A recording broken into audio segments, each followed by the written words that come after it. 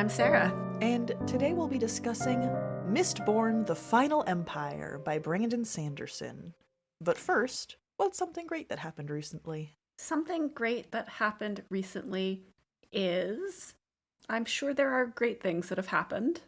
We did just do a recording, so I've already used up my Your go-to? Go-to, yeah. I know, my roses are blooming, and they're very pretty. Nice. And they make me happy. Mine is also plant-related. We have a ton of strawberry flowers. Nice. Which is very exciting. No strawberries yet, a couple of little baby green ones, but good news for future Lily. Yeah, that's delightful. And what are you drinking today? I have some green tea. Very nice. I have made a vitamin bubbly water because vitamins and minerals, I feel like that's as close to metal in water as you can get without actually harming yourself. That's a very appropriate drink. Yes. For this episode. The characters in this book are constantly drinking metal filings in potions for their magical energy. And so I'm drinking my vitamins and minerals. It's orange vanilla flavored. I think it probably tastes better than theirs. I think it probably does. So I have not read anything other than this book because I think I read this book in 2 days. We're on a podcast sprint right now. We are on a tight schedule. I actually have read something. I read Night Watch by Terry Pratchett because it was just the 25th of May, which is an important date in the book, and I reread Night Watch every year on the 25th, or at least I have ever since Pratchett died. And I wasn't going to let our ridiculously tight podcasting schedule get in the way of my reread, so I reread Night Watch. You're a machine. That's amazing. I mean, you've read it so many times, it's probably pretty quick. It's pretty quick, but I did worry that I was not going to finish Mistborn in time. Yeah, but now we're recording early, so joke's on you. I guess so. Really, though, it's a win because it means that we don't have to record 2 episodes on Wednesday. This is purely scheduling issues. Yep. Turns out there's actually only 24 hours in the day. I thought people might be lying to me, because who has actually seen all 24 of those hours? But no, alas. Alas. But we did read Mistborn. Not gonna lie, it was a bit of a struggle. Okay, this is the first Brandon Sanderson book I've ever read. And if you're the type of person who's listening to a book podcast, you're probably aware of his reputation. And I really wanted to go into this with an open mind and not swayed by all of the piles and piles of good things or the 3 brave humans who have ever spoken out poorly against Brandon Sanderson and lived to tell the tale. I didn't want to let them sway me, okay? I wanted this to be my opinion. I have actually read Sanderson, so I had read Mistborn probably about 15 years ago, and I remember really enjoying it. I tore through it. I didn't pick up books 2 and 3. I'm not sure if that was because I didn't have them or because they weren't out yet at the time, but I didn't pick them up for whatever reason. And I moved on to read other things, like one does. And then maybe 5 years after that, I tried to read Mistborn again and only got halfway through before I just, dropped off. So it was interesting to see, for me, whether my feelings corresponded with what I remember of my first reread, where I really liked it, or whether it corresponded with my second read, where I struggled. And I did, like I said, I did struggle with this. I'd also read his Wheel of Time books. Does that count? I mean, they are books he wrote, but they're not his story. It's not his story in the overall. Obviously, he was using extensive notes left by Robert Jordan and guidance from Harriet, Jordan's wife. But he definitely, puts his own spin on things. It's his prose, which is, for me, very jarring from Jordan's prose. They have very different styles. And he does his own thing with some of the characters and brings in his own characters. So okay. I do think that they count as his books, at least partially. Fair enough. I have not read Jordan or Sanderson before, so I don't really get an opinion on that. One thing I did notice as we were texting each other while we were reading this book, a lot of the issues you brought up with Mistborn were very similar to issues I had with Kushiel's Dart. Which you commented that, and I thought that was very rude. I'll allow it. But, so, hear me out. They both are kind of edgy, right? And I mean edgy with, the tilde edgy. Yeah. Yeah. But I think, for me personally, Kushiel's Dart feels like it's pushing boundaries. And it feels like it's doing something interesting with the edginess, and that it's for a point. It's not just edgy for edgy's sake. And I don't feel the same way about Mistborn. I think that's fair. Kushiel's Dart commits. Yes. This book felt like it was really towing the line, right? It's going to be a basic-ass fantasy novel, and I'm going to throw in just enough graphic depictions of violence for you to go, ooh, this is a dark book. Yeah, it kind of feels like Mistborn is, and maybe this is just because Mistborn is kind of on the edge of YA, maybe. I feel like Sanderson's prose is much more young adult prose than adult novels. But it definitely feels like Mistborn is more aimed at high schoolers, and Kushiel's Dart is aimed at an older audience. I disagree with that. I think Kushiel's Dart is also aimed at late teens. I'd say Kushiel's Dart is college, which is late teens. Yeah, okay. We're really splitting hairs if we're complaining about a 2-year age difference in the target audience of these books. Yeah, but either way, I think Kushiel's Dart is a good book. I really enjoy it. I didn't enjoy Mistborn. I really wonder how much of that is because you have nostalgia for it. It's possible. I haven't read Cassiel's Servant yet, which is the novel that she wrote recently, or that was published recently, that's the events of Kushiel's Dart from Jocelyn's perspective. We are reading that on the podcast. It is a podcast book. It's on our schedule. I wanted to look it up. So, Mistborn came out 5 years after Kushiel's Dart. Interesting. Which I think is another comment in defense of Jacqueline Carey, who was actually pushing boundaries 5 years before this book came out to kind of do the cat thing. You know, when a cat is like, I'm going to nudge this closer to the edge. Are you excited yet? Are you going to come stop me yet? Okay, what if I push it a little farther? Is that far enough for you to get excited? That was really how this felt to me. But anyway. I do think also that, like, Kushiel's Dart leans really heavily on some things that you don't enjoy, like political maneuvering. There's a lot of political maneuvering in this book. But it felt very surface level, the political maneuvering in this book. Okay. I think that's fair. Whereas I think Kushiel's Dart, like, goes all in. I did think allomancy was very neat. That was the drinking iron shavings. I will give Sanderson credit. Like, the magic system that he came up with is cool and unique, and I liked it a lot. I don't know if I needed several detailed chapters to tell me precisely how it works. I think I could have used some veil of mystery around some of that.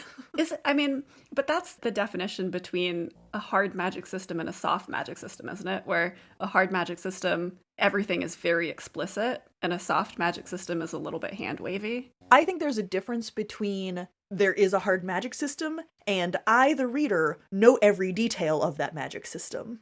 That's fair.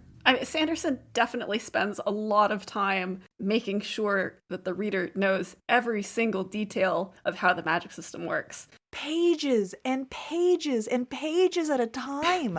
The only reason why I was able to finish this book in 2 days, because this is a long-ass book, is because I was just like, I don't care. Something should happen. Can something happen yet? I will give a shout out to the box wine that helped me finish this book in 2 days. So I think that it would have been really neat to have all of the details of the magic system in an appendix. Sure, yeah. But I agree, we didn't need it in the text of the novel. No. And, like, for Sanderson to know all of these details, for all of the magic to be consistent and to work right, like, yes, super important. I get the appeal of that. You want magic to feel kind of like science, right? Like, there's a balance, a push-pull, if you will, of cause and effect. And, like, I get that. That's wonderful. I didn't need to know everything. Yeah. It kind of bogged down the story. Oh, completely. And it was interesting because there were some other world building concepts around the creatures that we meet in this world. There are mist wraiths, there are Kandra, and there are Kolos, and those are the 3 ones that I noted when it was happening, that are very well, like, just kind of hinted at and then sort of explained through, prose, through things happening in the story. as we go along through the whole book. And we don't really know all of the information there is to know about them until the end. Even though we're dealing with them and they, like, have an effect on the story, the information is sort of given to us as little gems throughout the reading process. As needed. Yeah. And it's always, like, kind of an exciting discovery. I was waiting for that next bit. Like, there was mystery. I was interested to find out what would happen. So Sanderson clearly knows how to do that. But why did he choose not to do it for the magic? Like, I don't understand. Yeah, I don't have an answer for you there. Yeah, okay. I think, out of all of the different conversations around Sanderson's work, now that I've actually read Mistborn, which, of course, is not all of his work, but I still regularly hear it recommended, so I'm going to assume it's pretty emblematic of his body of work as a whole. Probably. Homeboy just wants to write video games. Like, now that I've actually read his work, yeah, I kind of think that's true. I'd believe it. I'm trying to Google if there is actually, like, a Mistborn game that he's done. There are a couple of Mistborn games, but I don't know if he's been involved in any of them. Or, like, heavily involved in any of them. Yeah. Presumably, like, they have his seal of approval. I don't know. Was it Iron Sight is the one that when you burn iron, you can see sources of metal around you? I think that's the one. I think so. That felt so much like some of the tracking systems in The Witcher that, like, I could see the UI for this book while I was reading it. And I think that would have been a more enjoyable way to engage with this story. Then all of the detailed descriptions of magic would have been part of the tutorial. It would have been perfect. Why is this a book? I do think it would be a great video game. I think I would have loved it as a video game. So that's too bad. It's just the wrong format. Yep. I did okay. So all that being said, I do think if this did get, like, a AAA video game adaptation, there would have to be a couple of updates to some of the gender dynamics. Yeah, some of them were not great. So, very early on, in, like, chapter 1, Vin, our main character, who's a 16-year-old girl, I think? 16, yeah. In a thieves' crew, tells us... I mean, it's not first person, you know what I mean. Through her, we learn immediately that all of the women in this level of society are sex workers. She's the only girl who's not a sex worker. At least all of the women in cities. Yeah, sorry, in this level of society. That's how I meant that to. I guess I'm thinking of the plantation ska and the city ska as the same level, just different, like, groupings. That's fair. Segment of society instead of level. How's that? Okay. Yeah. So the ska are the oppressed people of this fantasy world. And so all ska women are sex workers. She's the only one who's not, because she's a thief. She's not like the other girls. First of all, gross. And, like, there's so many ska. They're the main population. Yes. The nobles are much fewer, right? And they're the privileged class. So, and now this could just be in Vin's experience, she hasn't met a single other female thief who wasn't a sex worker. We do hear about... Kelsier's wife. Well, no, I was going to say Ham's wife, who's a seamstress in an outlying, like, town. So there's a couple of wives. So you're either a sex worker or you're a wife. Yeah. And, like, okay, one of the allomancy powers is the ability to soothe emotions, and a sex worker with the power of soothing would make so much sense. How is that not a character we meet? Yeah. Well, actually, the problem is, despite the fact that there are plenty of women in this segment of society, they're all sex workers, so we don't actually meet any of them. Sanderson, tell me you don't think prostitutes are people without telling me you don't think prostitutes are people. Yep, 100%. Like, okay, so in this society, all women are sex workers? Sure, great, let's talk to some of them. I mean, you would think that they would be able to provide, well, I guess, I was going to say they could provide insight to the nobility, but one of the things that's made very clear is that if a nobleman sleeps with a ska woman, he has to kill her eventually. So in that respect, it makes sense that we don't see any of these women included in Kelsier's, like, crew. But also, You would think that they would be able to help with recruitment or anything. Anything. And, like, Vin often talks about how every single person in the Thieves' crew is abusive and mean to me. And I'm like, well, maybe you should have talked to some of the sex workers. I bet they wouldn't have hit you. Maybe you shouldn't ignore half the population, Vin. We are going to talk about Vin and her tragic backstory, TM, in the spoiler section. Also, later, as we learn more about the noble class and more about them, we're told specifically that noble women who have allomancy powers are absolutely trained just as much as men, because allomancy is so rare, you can't just, like, not take advantage of one just because they happen to be a woman. And you're telling me that in this society, where allomancy is just as like, we're not told that female allomancers are rare. That is not something that comes up. Right. So these powers are just as likely to occur in men as in women. And women with these powers are trained the same and treated the same as men, but only when they're doing secret allomancy stuff. You're telling me these, like, upper echelon, like, top tier assassins are chill with just being treated like second class citizens 90% of the time? Apparently they are. I know. And we don't see any, like, Vin is the only ska woman we meet with allomancy powers. Well, and Kelsier's wife. We don't meet her, though. She's dead. We don't meet Kelsier's wife. She was a ska, and she did have the power of burning tin or whatever. She had some allomancy powers. She wasn't Mistborn, but... Right, so a Mistborn is someone who has all of the powers, and everyone else in the world who has powers can only use 1 out of the 8. Yeah. That's how we're Mistling versus Mistborn. Yeah, so, like, that didn't track. Like, I feel like that wasn't really thought through. The consequences of these super special magical powers that are very highly valued being explicitly found in both men and women would then probably mean a society has a little bit more equality between men and women. At least that would have bled through somewhere. You would have thought that you would have seen, like, female inquisitors, female obligators, like, female anyone holding a job. Yeah. No, well, I mean, they have jobs. They're sex workers. Okay. Because that's the only thing women can do, except for Vin, because she's special and not like regular, awful, terrible, dumb women. But, I mean, like, not just at the ska level, but at the noble level, too. Yeah. At the noble level, it's less explicit, I think. Because we see men and women at balls. Women are doing just as much politicking as men. So I feel like it's less absurd there. But there are no female house leaders. Yeah, there's no female heirs. You'd think there would be. Mm-hmm. If I was a Mistborn noblewoman.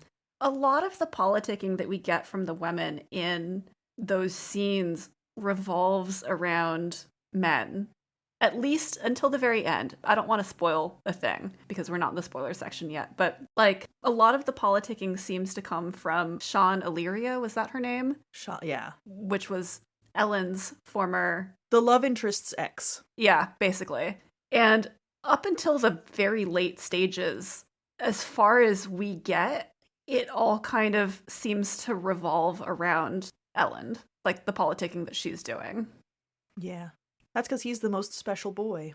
He is the most special boy. He's the heir of the highest house. Oh man, when I read the Wikipedia articles, summaries for the second 2 books, I was very upset with what happens with Elend. Not because anything bad happens to his character, because I feel like it undermines everything I liked about him in this book. And I did like him quite a bit, but all of my reasons why are spoilers, so we'll talk about that later. Yeah.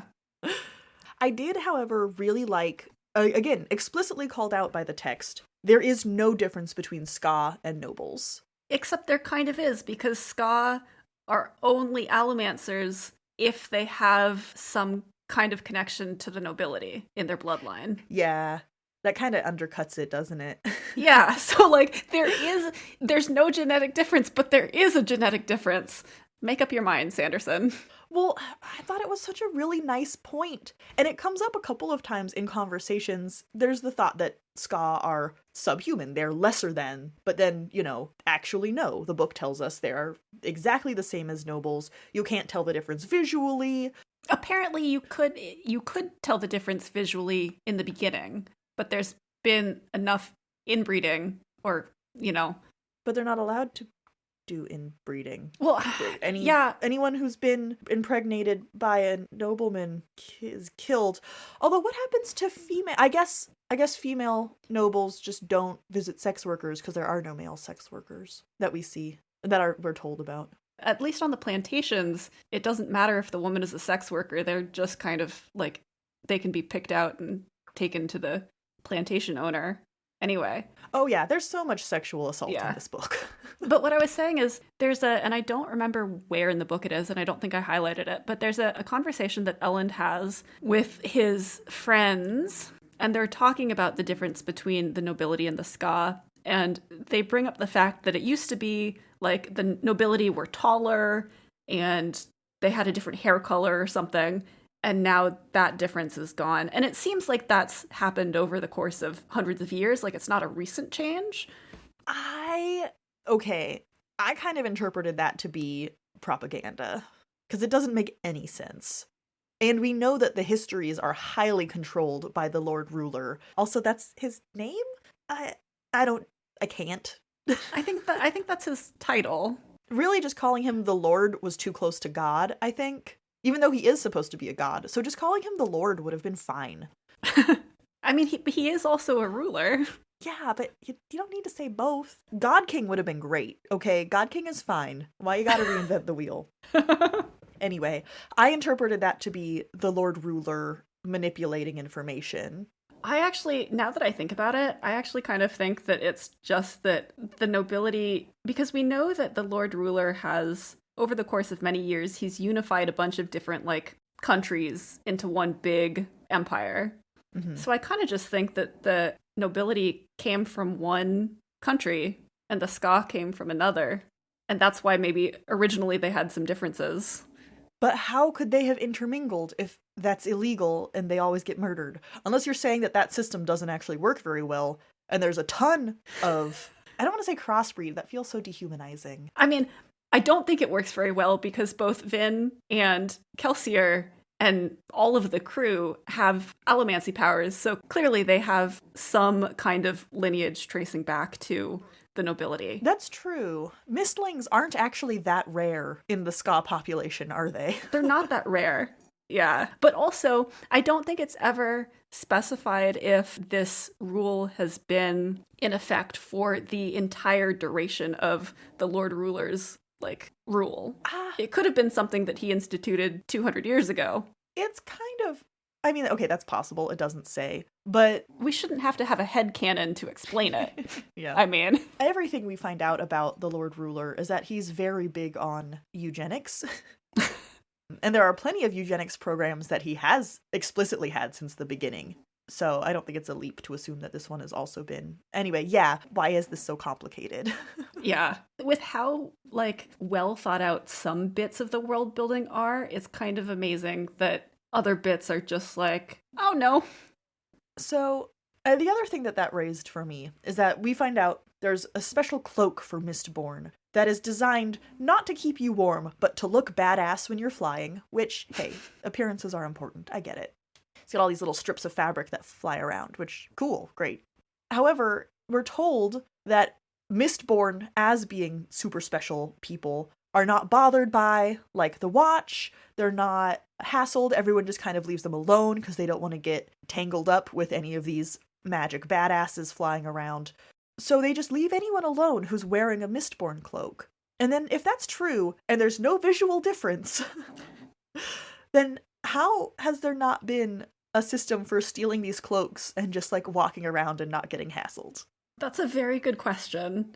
I was gonna say maybe it has to do with the fact that Mistborn wearing the cloaks are usually jumping around on rooftops and not on the streets. And so if you saw a normal person walking normally, even if they were wearing the cloak, you'd be like, huh, that's sus. But we do see Vin and Kelsier wearing the cloaks walking the streets at some point, don't we? Yeah. So my argument falls apart. Yeah. I don't know. It's just, I would have liked that to be explored, Yeah. Anyway. So we've gotten to the part of this conversation where we ask, who should read this book? And I think that's going to be more than just a pithy soundbite this time, because I have opinions. My opinion is a little unfair and not in the spirit of this question, so I'm not going to say no one. Yeah, because that's not true. Because it's not true. I mean, this book was not for me, but clearly it's beloved by very many people. It has some redeeming qualities. It's quite possible that you'll read it and enjoy it. It's too long. It does not justify its length whatsoever. But that's not the question. The question is, who should read this book? And as I was reading this book, I was really struck by, we talked about the edginess. It gets graphic, but not really that revolutionarily so. We see inquisitors who have metal spikes driven through their eyes. Fun, creepy images like that. And it really felt like this book is the gateway from YA, young adult novels, to Grimdark. I would agree with that. Because this book is not Grimdark. But it feels like it's kind of sprinkling in some hardcoreness. It wants to sort of borrow that appeal, right? And so I could totally see someone who is sort of graduating from YA as a reader, ready for, a heavier book, literally heavier, and start dabbling in, adult fantasy and like darker themes. And this seems really perfect for that person. I could totally see like a 15-year-old who wants to show off how big the books they're reading are. That kind of pride thing where it's like, look at this fat book. That's right. I'm a reader. And it just, I think it fits very well into that place. I'd agree. I agree with that. I will also say, apparently, this fits in with his wider, Cosmere system. Obviously, I've not read any of the other Cosmere books.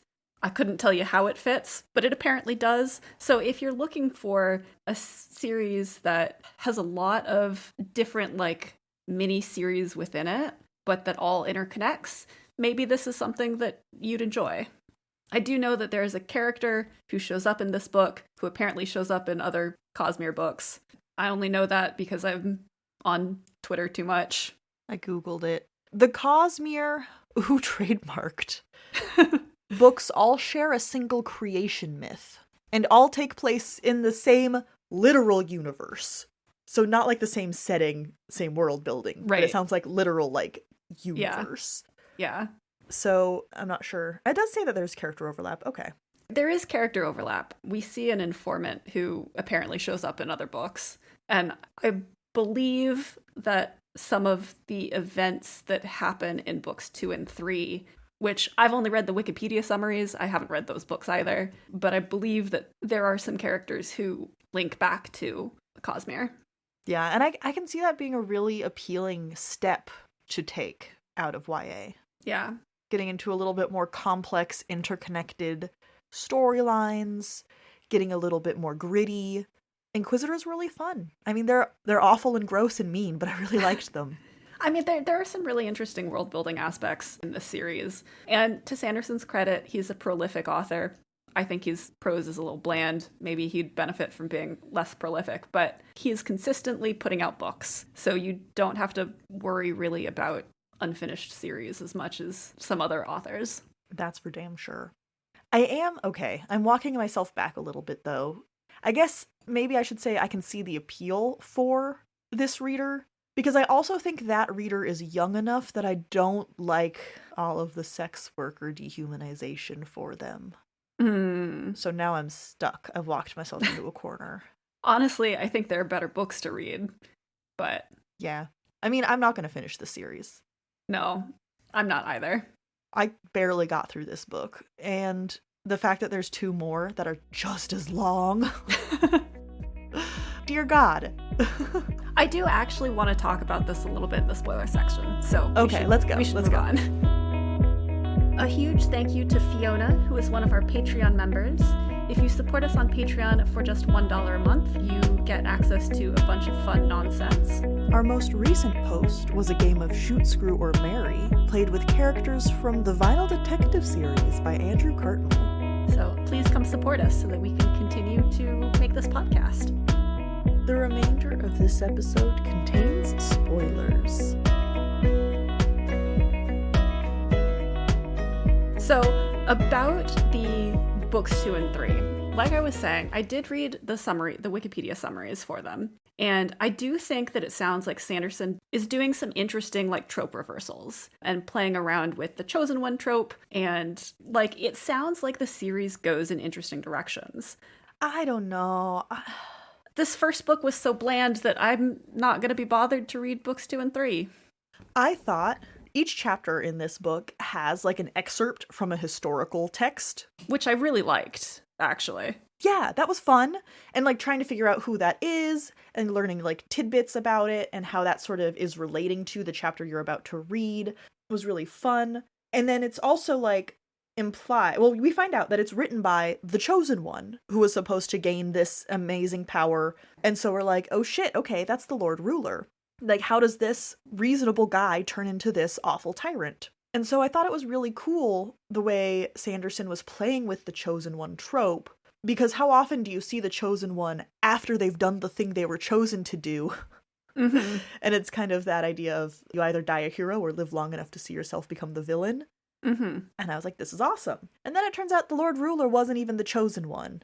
So it kind of undoes all of that coolness. It does undo some of that. I mean, the summaries imply that there is further coolness, but we don't get any of that in this book. Yeah, like, that's what I'm saying. It does sound like he does interesting things in books 2 and 3 that aren't reflected in this book, and this book was not, frankly, good enough to make me want to see if Wikipedia is correct about those interesting things.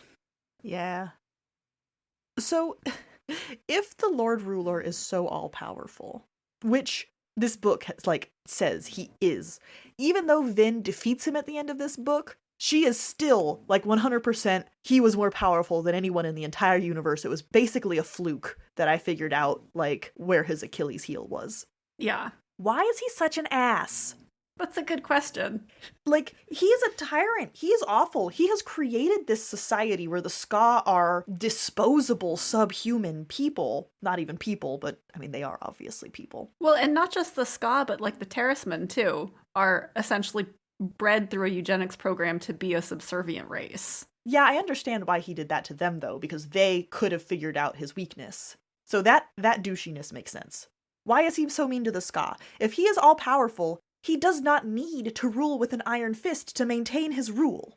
Like, why? He could have just been the God King sitting on a throne, letting the nobles do whatever bullshit they get into, and if anyone tries to rebel, he can just crush them with a snap of his fingers, like he clearly can do. So why create a society that's gonna be so mad at you that they want to rebel all the time? Because Brandon Sanderson wanted to be edgy. I really get that, like, it doesn't make sense, except because this was the world he wanted to write, which, like, you had a cool concept. Why ruin it? Yeah, I mean, I genuinely don't think that there's a good answer besides that. Me neither. Yeah. So one thing I don't get about this book is why everyone likes Kelsier, because he's just a jerk. I mean, I get that, like, he's supposed to be snarky, and I get that at the beginning, he's supposed to be not necessarily a bad guy, but like a little thoughtless, and that he does grow and change over the course of the series, or of the book. But like, everything that he says, both before and after his supposed like transformation, just makes me think he's rude and thoughtless and inconsiderate. I mean, he's the embodiment of cool guys don't look at explosions. Yeah. Like, he has a quote about how if you're always on time, it implies that you never have anything better that you should be doing. And just no, it implies that you are respectful of people. And obviously, sometimes you're not on time for reasons out of your control, but like purposefully trying to be late, not caring if you're, I don't know, that's just so like anathema to me in my worldview. I think you're taking him too literally. He's flippant. He doesn't take anything seriously. He's too cool to be invested in shit. He's just throwing out witty one-liners. I don't think he believes half the shit he says. He's just a jerk. I mean, even if he doesn't believe it, I don't know. I didn't like him. I don't think we're supposed to like him. I don't think the reader is supposed to like him. I'm not sure about that. I think he's supposed to be part of that Chosen One storyline where he turns himself into a martyr to give the Ska something to rabble around. He invents a Chosen One storyline for himself, basically. Very cool PR stunt. But then we're also seeing that, like, hey, he's not actually a good guy. It's possible. I don't trust Brandon Sanderson enough as an author to think that's what he was going for. Maybe. But, I mean, of all of the tropes that are in this book, the chosen one is, like, the only thing that we are pretty damn sure he was playing with. Which Kelsier is 100%, like, part of. He is. And I agree with what you say about making himself a martyr, but... Well, I mean, that's in the text. That's that isn't the text. But, like, I think that we're supposed to like him and sympathize with him more than I do. I think if you were an edgy 15-year-old, you'd be like, yeah. Maybe. I don't give a fuck either. And I said the F word. Maybe, but as an almost 34-year-old, I just could not stand him. I'm guessing that's why you liked this book more the first time you read it. You're probably right. You were a teenager. You're probably right. I mean, I think that I was... How old must I have been? I probably was, like, in that 15, 16-year-old range when I read it. Yeah. Actually, when did this book come out? I probably read it in 2007 when I was 17. So I think you're right about that's why I enjoyed it more the first time. Yeah, it's that devil-may-care attitude. Yeah, that I just do not have time for. Now, why did he have friends in the text? I can't tell you. Well, and that's why I think that we're supposed to like him more than I do, because he has friends, he has people who really admire and respect him, and I'm like, but this is the kind of flippant, thoughtless stuff that you're saying. Yeah, I don't know. I feel like it's supposed to be more of a twist when we find out that he's been running this, like, secondary scheme. Which, like, I'm not gonna brag about all of the bookmarks I have where I was like, oh, so this is gonna happen? And what percentage of the book they were earlier than it happened? Because that would be douchey. I'll just let you all imagine it. But yeah, as I think that was supposed to be a grand reveal that made us think about, oh, well, if the chosen one was this, like, I mean, maybe supposed to be admirable, but still flawed. Even if you're supposed to like him, he's still very clearly flawed. And that's something that he and Vin, like, kind of deal with together. It changes the concept of a chosen one. And I think that would be maybe more of a thought-provoking thing if you didn't see it coming from a mile away. Maybe. Like, I have no issue with his schemes within schemes, because that makes sense for his character and what we've learned of him. Yeah. I'm saying if those schemes within schemes were a shocking revelation for you, I think it would make you go back and look at his character in a different light. And reassess. And then be thoughtful about it. Instead, we knew what was going to happen. We saw his character for what he was. And so because there was no, like, switch to flip, it's just kind of Maybe. So Vin, first of all, the only ska woman in the entire universe who is not a plantation slave or a sex worker. So good for her. She rose to the top. Aside from Kelsier's wife, who is dead. Right. She's the only alive woman. And Ham's wife, who's a seamstress in some outlying town and we never meet. I'm not convinced she's real. She doesn't even have a name. His girlfriend who lives in Canada? Yeah. Her name is Vancouver. She lives in Alberta.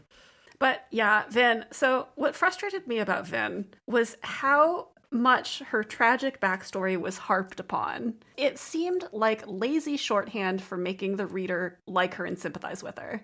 I would have liked it more if it was consistent. Like, she gets this tragic backstory. Everyone's always been mean to her. Her brother abused her and betrayed her just to teach her that everyone would betray her. And so she has trust issues. Girl's got major trust issues. And then a pretty boy smiles at her. She's got major trust issues until suddenly she doesn't. Partially because pretty boy smiles at her. Partially because she's just worked through her issues off the page. And we never see any of that character growth. And it doesn't feel deserved. See, at least with the other people in the crew for this big, can we call it a heist? They're trying to heist the kingdom away. It's really set up like a heist in kind of a fun way with the, like, very elementary, here's the problem, I'm gonna write it on the whiteboard so the audience knows exactly what's happening. Like, she works with them, and they're, like, training her and teaching her, and they've brought her out of this horrible situation and are, like, being kind to her for the first time. It shouldn't have happened off the page, but at least it's implied that they worked to gain her trust. It is, but she has so many issues that I really needed it to be more on page. Oh no, I'm not justifying that. Yeah. I'm using that as a counterpoint to how bad it is that then she has one, like, witty, flirtatious repartee with Elend. And she's head over heels. She trusts him over Kelsier. What? Yeah, that's wild. And especially given that he's like nobility and part of this class that has been oppressing everyone that she knows. Yeah. And she doesn't think, oh, maybe Elend is one of the good ones. No, she thinks, well, clearly that means nobles aren't actually that bad. And it's like, okay, you cannot have described how she spent every day attempting to prevent people from raping her to, well, maybe it's actually fine. Clearly they didn't do all of these things because they've been kind of nice at these balls that I didn't want to go to, but now I suddenly really like. They're nice to people who they think are one of them. Like, she's 16. She should be old enough to realize that they're being nice to her because they think she's noble, not because they're actually nice. Like, oh, that bothered me so much. She reacts to things, okay. She reacts to things like a high schooler. Which makes sense. And so part of me was thinking, like, well, she's 16, so I get why, like, your first crush is going to be earth-shattering and really important. But I was like, no. That's how a high schooler would react. A high schooler 16-year-old. Not a 16-year-old who was raised on oppression and poverty and hardship. She should have some perspective. She should. Yeah.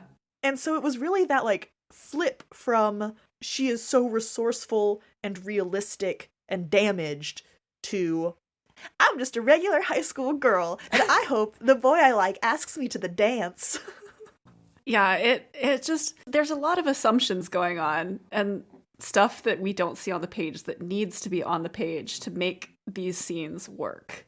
I don't know if there's anything that could be done to make her, like, crush make sense.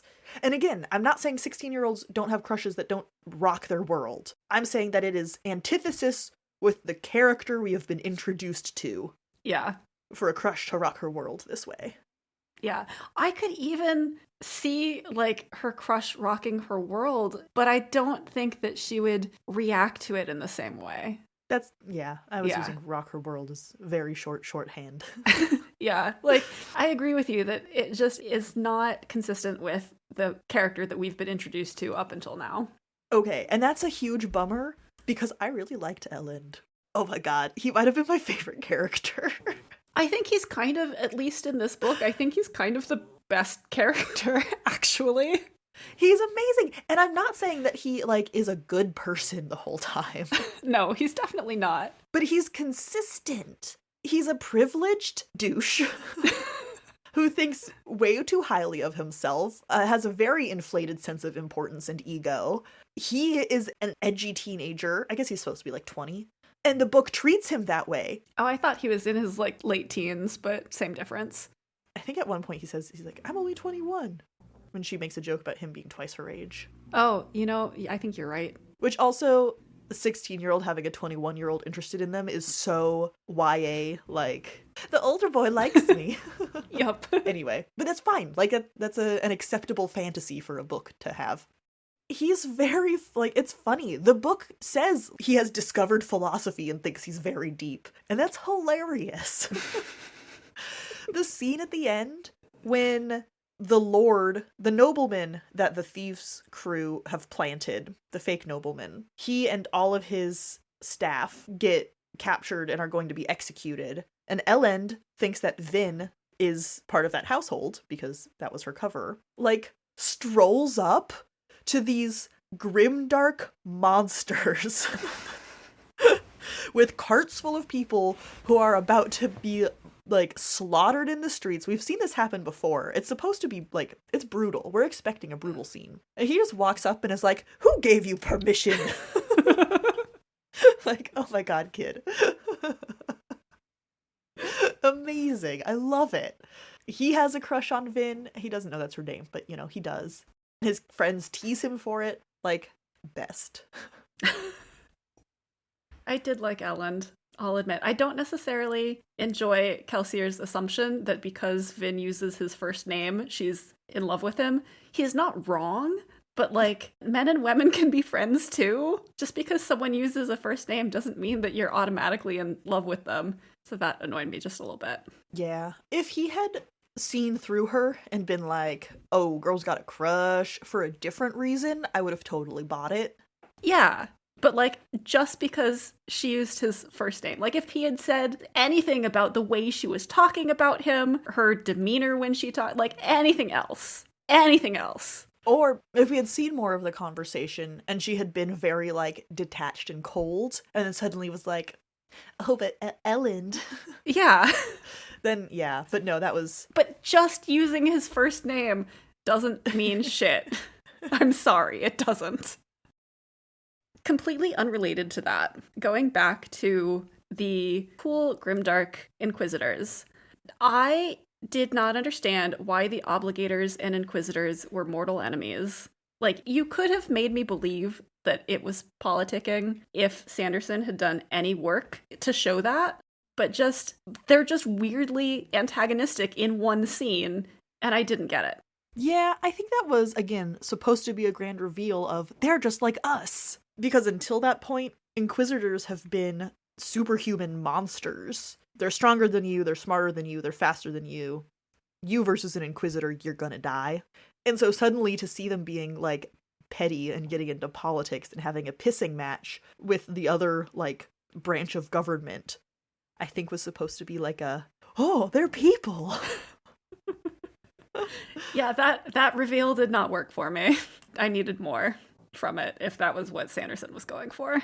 Ooh, the reveal that Marsh, the thief who they had planted to become an obligator and rise up the ranks. Kelsier's brother. Yeah, Kelsier's brother. And he gets caught and killed, and it's a big deal and very emotional. He didn't get killed. He got turned into an Inquisitor. That was a good reveal. I did like that reveal. That was a good twist. Yeah, I did like that one. And, like, that one felt earned, right? Like, it felt like Sanderson had done the work to make us kind of care about Marsh, to think that he was dead, to be happy when he's not. And it wasn't telegraphed in a way that all of the other reveals have been, that kind of, like, make them lose their impact. But going back and thinking about it, I can totally see how the actual events fit into what we thought we knew. Yes. Like, it's not completely out of left field. Right. Like, it's one of those things where if you go back, you see where it's leading up to, but you don't in the moment. And that's what I like, right? Mm-hmm. Where in retrospect, yes, this was there, but it's not so obvious that you're not impressed when it happens. Yeah. There are so many little gems like that in this book. Not with the twist specifically, but, like, there are times when Sanderson does something really cool. Like with the Mist Wraiths and the Kandra. He drops the name Kandra really early on. Not the name, but the creature name. And I was like, ooh, excited to find out more about these guys. And then you, like, slowly figure it out over the course of the whole book. And then at the end, it's, like, really important. Kelsier's whole plot, like, hinged on a creature that could take his identity after he dies. And that was just done so well. It's like, why didn't you do this for all the other stuff? Yeah. Sanderson, like, he's got some really cool concepts. He's got some great ideas. But his execution is so uneven. And I also don't like his prose. You know, that's a me thing. It's not. It's not a you thing. Okay, well, I'm more willing to be gentle on that, as it's more of a personal preference. But, like, everything else is so uneven, and I don't understand why.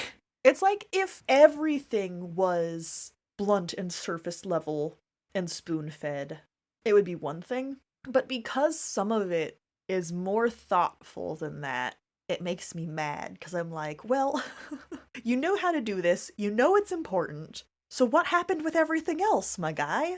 It's still, I mean, I would say 95% of it is blunt and surface level. Yeah, no, that's what I'm saying. But the fact that he knows how to not do that is like, but there's well, that 5%. Yeah. Sometimes I feel like he writes too fast. I don't know. You were only saying that because you know how often he publishes. Maybe. I mean, but, like, that feels like outside information. Yes, that's not something I'm getting from the text of this book specifically. But I think it's a fair comment to make. Like, if he spent a little more time with each book, I wonder if we would get more polish. Yeah. Honestly, I think the problem is that it's just overhyped. There's definitely that too. Like, if Mistborn was just a fun fantasy novel that a lot of people have nostalgia for, that is pitched as a good entry into, like, a more adult fantasy reading atmosphere, then it would be fine. Yeah. But the fact that, like, okay, let's say theoretically that there was an objective best book in the entire universe. Even that book would be overhyped with how people talk about Mistborn. Like, they're really doing this book a disservice. I don't know how you can listen to the rhetoric around Sanderson's work and ever not be disappointed. Yeah. It just sets you up for failure. That's very true. And I will acknowledge this about myself, that I have a very strong hipster tendency. If someone tells me that I should like something, I dig my heels in. And I'm sure that there's a little bit of that in my reaction to Sanderson's work as well. But I do think that it's a fine book, right? Like, yeah, it's fine. but it's not an excellent book. That's not how people talk about it, and that's so... Yeah. Like, I don't know. How... Yeah. It does the book a huge disservice, I think. And, like, I think there's a whole conversation around, like, hype and what that does. And it's great that people are excited for books. I'm not saying people shouldn't be excited for books. But when the conversation around a book is so fervent, it's hard. Well, it's just hard. Yeah. And also the way that people react to Sanderson as if everything that he does is gold because it's Sanderson, I think also does him and his books a disservice. Yeah. And there have been some very negative reactions to people saying very level-headed things about his work and him. Yeah. I mean, it's hard to forget that article kerfuffle. Mm-hmm. Was it just last year?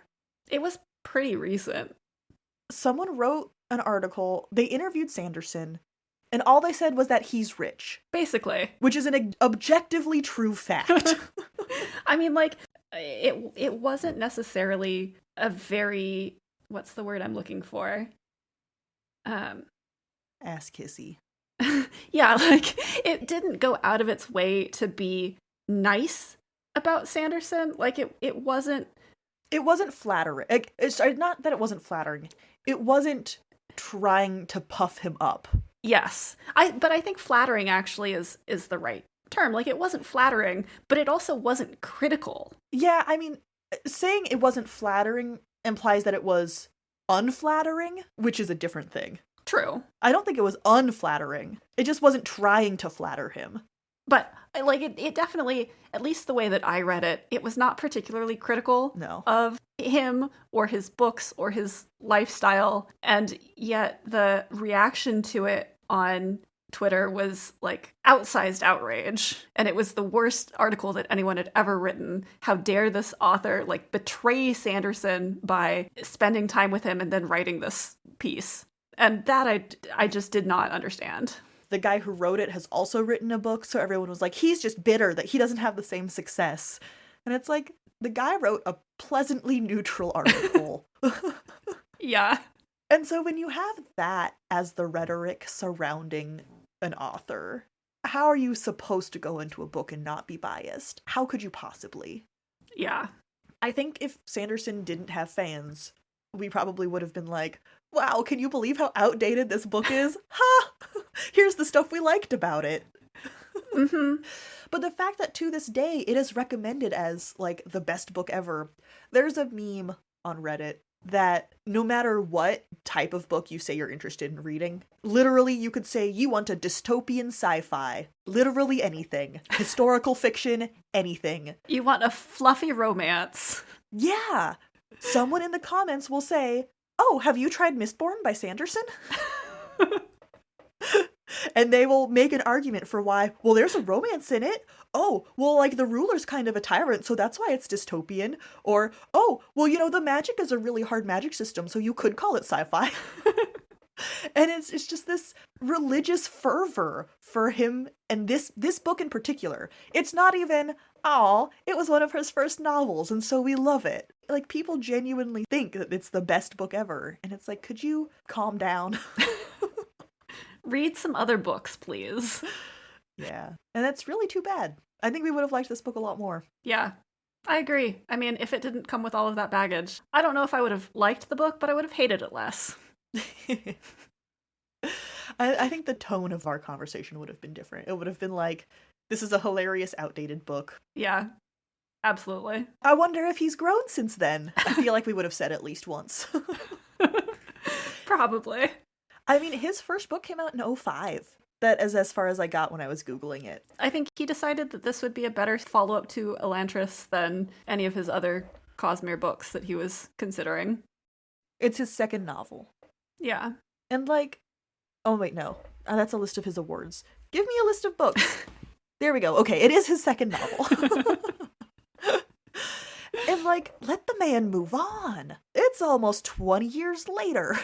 Yep. Surely he's written a better book since then. But no, people are like, no, it's Mistborn. It's always Mistborn. Which makes me think he hasn't written a better book since then. Well, I can tell you, maybe he has. I'm not going to find out. No. There nothing in this has made me like really excited to read more Sanderson. No. Especially considering how long it was. It's so long. If it was half the length, then it would be like, oh, sure, why not? Yep. Yeah, it was long.